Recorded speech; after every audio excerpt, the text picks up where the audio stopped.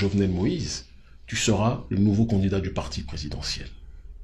Mais le problème, c'est que lorsque Jovenel Moïse accepte cette proposition, Jovenel Moïse, qu'il le veuille ou pas, accepte les tenants et les aboutissants. Parce qu'on ne devient pas président d'Haïti sans être capable d'accepter les financements des oligarchies qui volent les ressources d'Haïti. Les deux facettes de l'oligarchie prédatrice financière que nous avions citées précédemment. Et ce faisant donc, Jovenel Moïse se fait financer sa campagne et devient président de la République d'Haïti. Mais lorsqu'il arrive au pouvoir, Jovenel Moïse déclare qu'il veut lutter contre la corruption. Et malheureusement, il y a un bug dans la matrice, un bug dans la réflexion. Puisque Jovenel Moïse déclare qu'il veut lutter contre la corruption, alors que c'est malheureusement ces lobbies de la corruption qui ont contribué à faire de lui le président. Et donc, dès lors, dès le départ, dès qu'il a dit qu'il voulait lutter contre la corruption, Jovenel Moïse a vu son régime être, et ses actions politiques, être parasitées.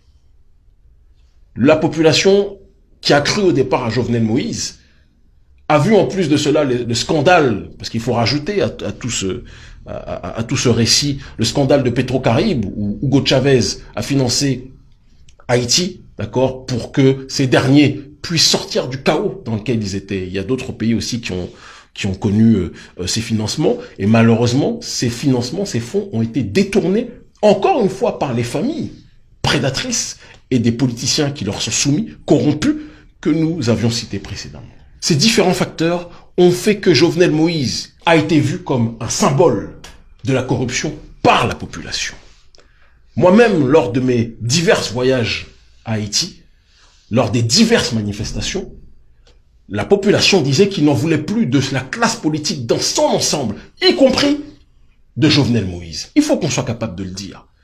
À cela, lors des manifestations, s'est rajouté le facteur des gangs, qui sont venus réprimer justement les manifestants qui luttaient pour de la justice sociale, qui luttaient pour la fin de la corruption.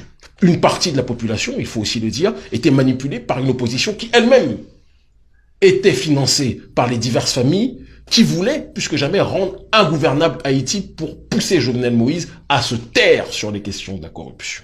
Donc Jovenel Moïse, qui déclarait vouloir lutter contre un système, était vu par le peuple comme un garant de ce système. Parce que ce système avait tout fait pour rendre le pays ingouvernable de telle sorte que le peuple voit Jovenel Moïse comme la cible prioritaire. J'ai assisté aux manifestations et je peux vous assurer que le ras-le-bol de la population était légitime.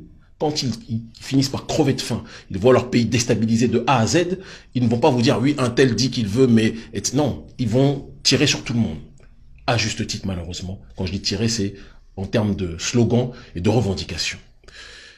On apprend par la suite que donc un certain monsieur Sanon, Christian Emmanuel Sanon, si je ne m'abuse, médecin haïtien qui vit à Miami, aurait engagé donc les mercenaires, ou une partie d'entre eux, pour, au départ, soi-disant, assurer sa sécurité.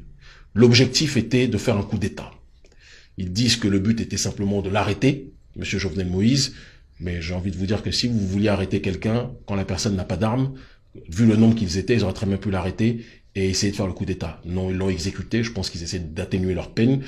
Mais le vrai problème, ce n'est pas de savoir si Sanon est coupable ou pas, il l'est de toute évidence, sinon il n'aurait pas été livré. Mais le plus important est de savoir quelles sont les ramifications entre Sanon et les oligarchies que nous avions citées auparavant, des oligarchies prédatrices à Haïti, qui volent, qui spolient les ressources de ce pays qu'on présente comme le pays le plus pauvre, alors que c'est en réalité un pays appauvri. Et donc, le vrai fond du problème sera que la population soit dans cette démarche de se tourner contre la véritable plaie de ce pays, les véritables relais de l'impérialisme, que sont ces familles, ces oligarchies qui sucent le sang de ce pays. Donc le péché de Jovenel a été d'avoir refusé le ralliement, le péché qui lui a coûté la vie finalement. Moi je suis, ma chère Maoulé, dans une démarche de refuser, dès lors qu'il y a la mort, de sanctifier quelqu'un. Parce que je pense que c'est aussi trop facile. Je pense que politiquement, Jovenel Moïse avait fini par devenir inopérant dans sa capacité à changer le système. Et ça s'explique, comme on l'a dit auparavant, par le fait que, et je ne nie pas la potentialité de ces efforts, quand vous arrivez au pouvoir par une voie, et c'est ce que d'ailleurs disait le docteur Khalid Mohamed, quand vous arrivez au pouvoir par une voie, celui qui dirige n'est pas celui qui est assis sur le fauteuil présidentiel, c'est ceux qui vous ont fourni le fauteuil, qui payent le fauteuil, qui payent les factures, entre guillemets, j'entends par là, du système. Et ces forces-là n'acceptent pas que quand on vous mette à la tête de l'État, vous vous retourniez contre elles. C'est une mafia. On vous parle des gangs, on parle de ce pays comme une gangocratie. Le peuple a fini par penser, moi c'est ce que tous les Haïtiens que je rencontrais sur place me disaient, le peuple a fini par penser que Jovenel Moïse était le chef de la gangocratie. Mais Jovenel Moïse disait lui-même qu'il luttait contre la gangocratie. Alors qui dit vrai? Eh bien ce sont ceux qui voulaient parasiter son régime politique qui finançaient ces gangs. Et au final, on en arrivait à une situation où Jovenel Moïse a fini par s'empêtrer dans une situation qui devenait ingérable. Il a commencé dans une mission politique avec de bonnes intentions, mais dans un système politique corrompu jusqu'à la moelle. Mais on ne peut ni le présenter comme le Moïse de la lutte anticorruption, ni le présenter comme le chevalier de la corruption. La vérité est entre ces deux voies. Et c'est pour ça qu'il faut entendre aussi bien ce que disent la jeunesse qui s'est révoltée contre Jovenel Moïse et contre le régime politique, que les partisans de Jovenel Moïse. Parce que la vérité se trouve entre les deux. Je pense profondément que c'est quelqu'un qui arrivait avec de bonnes intentions, mais qui malheureusement a été porté par des êtres, des forces aux intentions obscures, et qui aujourd'hui ont tout intérêt à ce que Haïti soit dans le chaos pendant que eux vivent comme des milliardaires. Parce que c'est de ça dont il s'agit à Haïti. Et ça, j'ai des amis juges haïtiens, j'ai des amis qui sont vraiment des fonctionnaires qui connaissent la situation politique de ce pays, qui vous diront, même des avocats, des médecins, des gens de tous corps sociaux, qui vous diront que malheureusement ce pays est gangréné par ces familles qui asphyxient le peuple.